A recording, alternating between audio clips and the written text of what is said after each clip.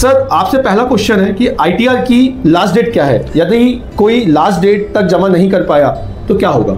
देखिए, सैलरीड लोगों के लिए या जिनका टर्नओवर टैक्सेबल लिमिट्स के बाहर है, टैक्स ऑडिट में नहीं आते, उनके लिए 31 जुलाई 2024 लास्ट डेट है। और जिनका टैक्स ऑडिट होना है उनके लिए टैक्स ऑडिट करवाने की डेट 30 सितंबर है और रिटर्न फाइलिंग की 31 अक्टूबर रहेगी। और अगर कोई आदमी 31 जुलाई तक रिटर्न नहीं फाइल करा पाता है तो उसके कोई इश्यूज़ हैं, वो रिटर्न को रिवाइज़ नहीं कर सकता है, बट उसके पास एक ऑप्शन रहेगा, वो दिसंबर तक अपना रिटर्न रिवाइज करवा सकता है। और अकॉर्डिंग टू स्लैब उसको एक लेट फाइलिंग फ़ी पे करनी पड़ेगी जो 5 या 10 हज़ार रुपये है। 1,000, 5,000 इस टाइप से स्लैब में उसकी फ़ीस पे करनी होती है। जी क्या इस साल कोई चेंजेस है सर?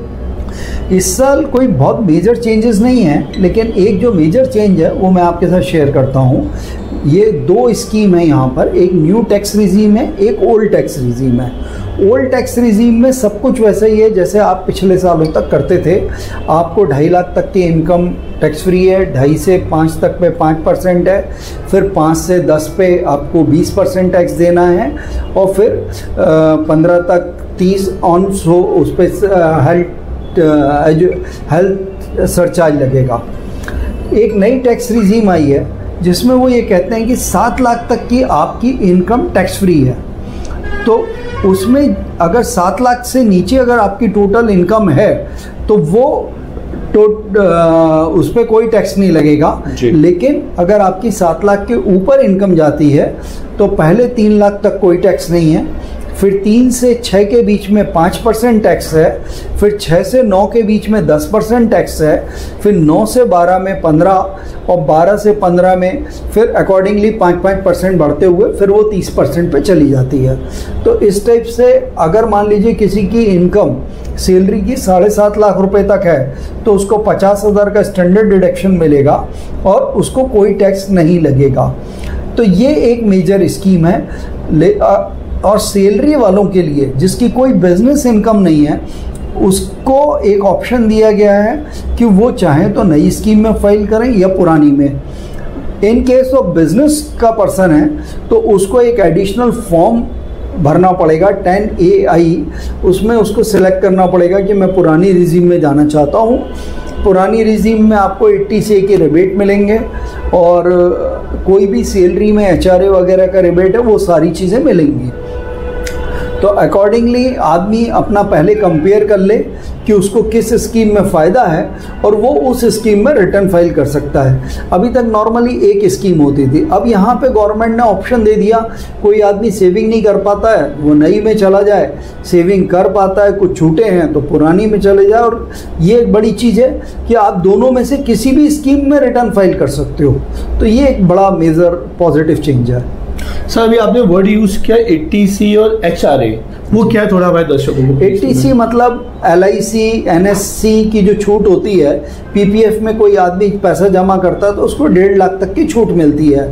HRA ये होता है कोई सैलरीड आदमी है, भोपाल का कोई बंदा है, मान लीजिए वो दिल्ली में रह रहा है तो उसको HRA का खर्चा मिलता है। तो वो HRA अगर मकान किराए पे लेता है तो सर्टेन कैलकुलेशन से रिबेट मिलती है उसको, तो वो रिबेट की छूट उसको अपनी सैलरी में मिलती है। तो न्यू रिजीम में वो छूटें नहीं हैं, ओल्ड रिजीम में वो सारी छूटें अवेलेबल हैं। 80C 80D ये सारी छूटें ओल्ड रिजीम में अवेलेबल हैं। जी सर, इनकम नहीं है फिर भी ITR फाइल करना क्यों जरूरी है? देखिए, जिसकी इनकम 2.5 लाख से टोटल रिसीव 2.5 लाख के नीचे है उसके लिए रिटर्न भरना ज़रूरी नहीं है। लेकिन अगर आपकी रिसीव टैक्सेबल नहीं है लेकिन इनकम 2.5 लाख के ऊपर है तो आपको मैंडेटरी रिटर्न भरना कंपलसरी है, टैक्स नहीं लगेगा। दूसरा, रिटर्न भरने से जो बेसिक फ़ायदा होता है, अगर आप कभी किसी लोन के लिए जाएंगे तो बोलेगा आपका ITR दो। आप किसी क्रेडिट एजेंसी के पास किसी भी चीज़ के लिए जाएंगे तो वो आपसे पिछले 3 साल के रिटर्न मांगते हैं।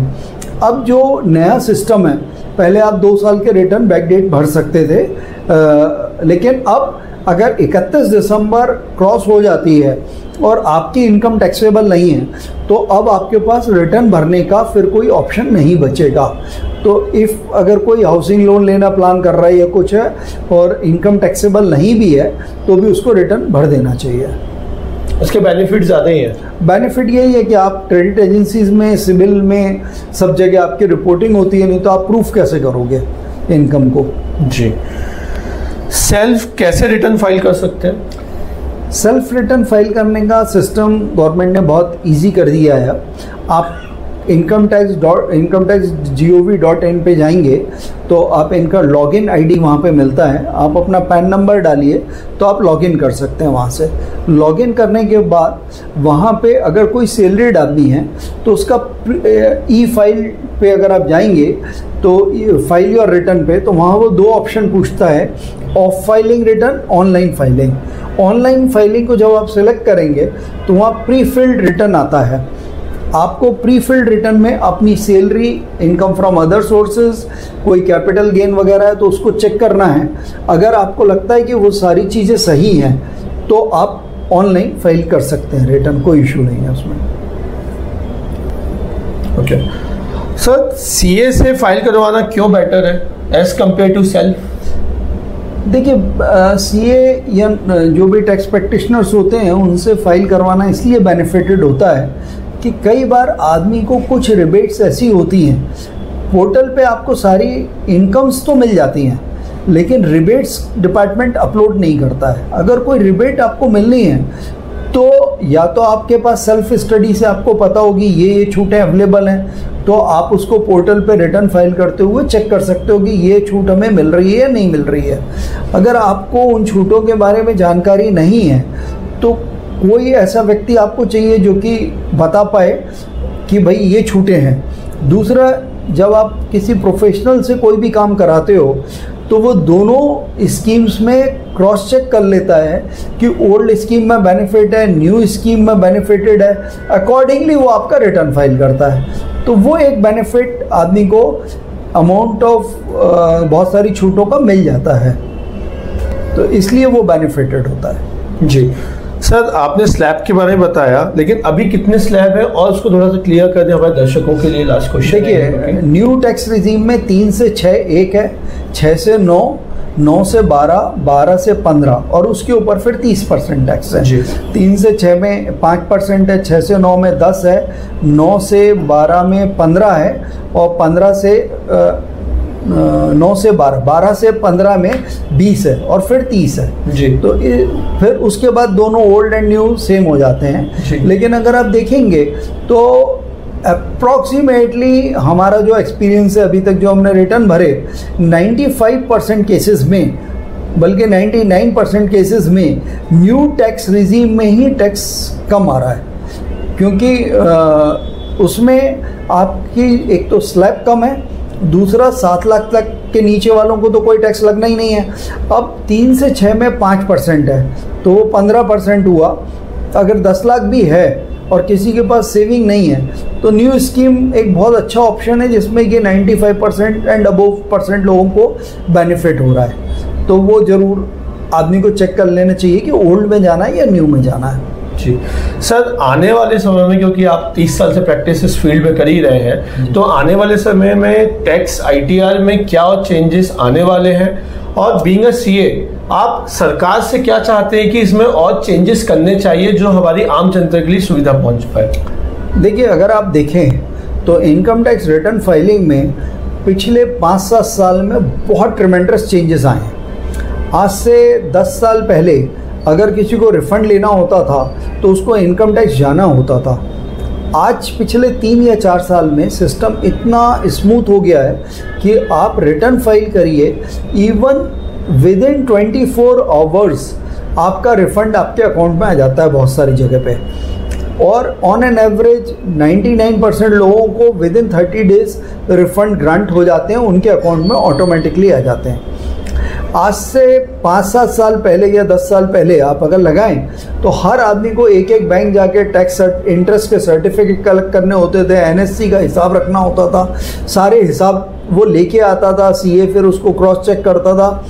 आज की डेट में आपको एक TIS सिस्टम लॉन्च किया है गवर्नमेंट ने, TIS, AIS और 26CS। ये क्या चीज़ है सर?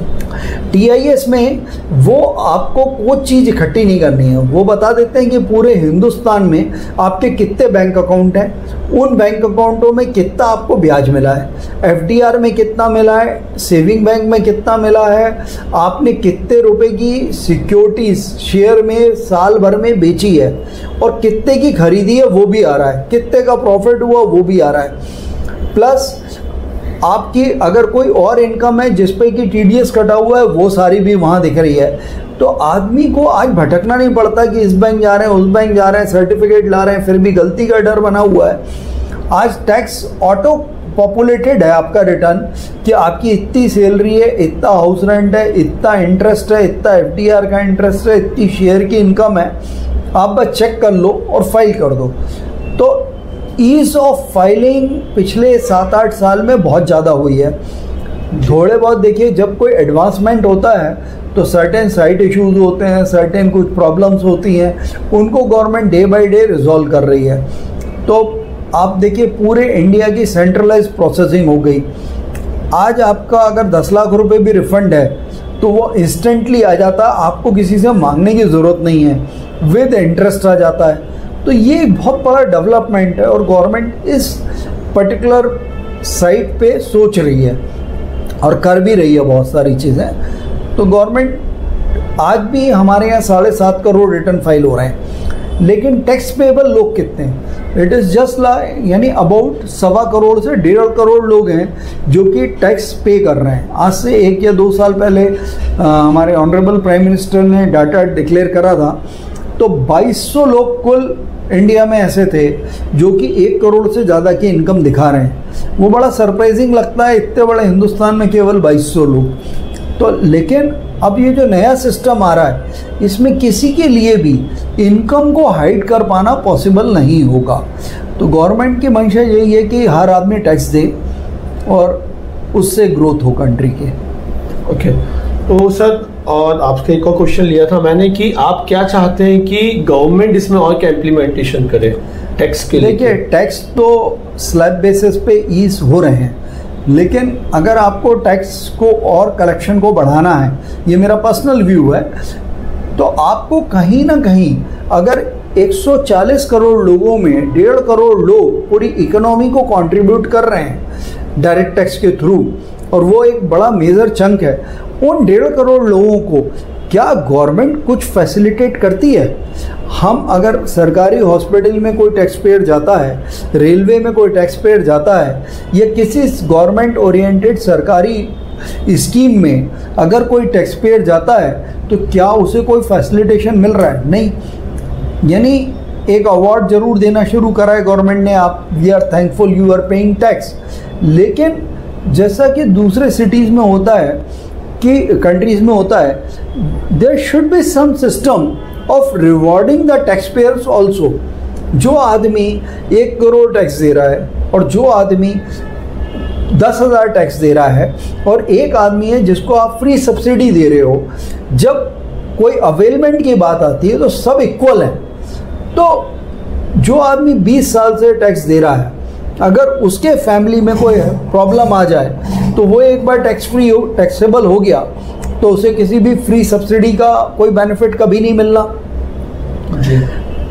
यानी एक छोटा सा पॉइंट है, मैं आपको ऑल टुगेदर थोड़ा सा टैक्स फाइलिंग से अलग है, लेकिन मैं इसको शेयर करूंगा। प्लीज कि मान लीजिए एक बिजनेसमैन है, एक थॉट प्रोसेस बना हुआ है, बिजनेसमैन चोरी कर लेता है, लेकिन एक बिजनेसमैन अपने यहाँ मान लीजिए 10 एम्प्लॉयज़ को रखता है।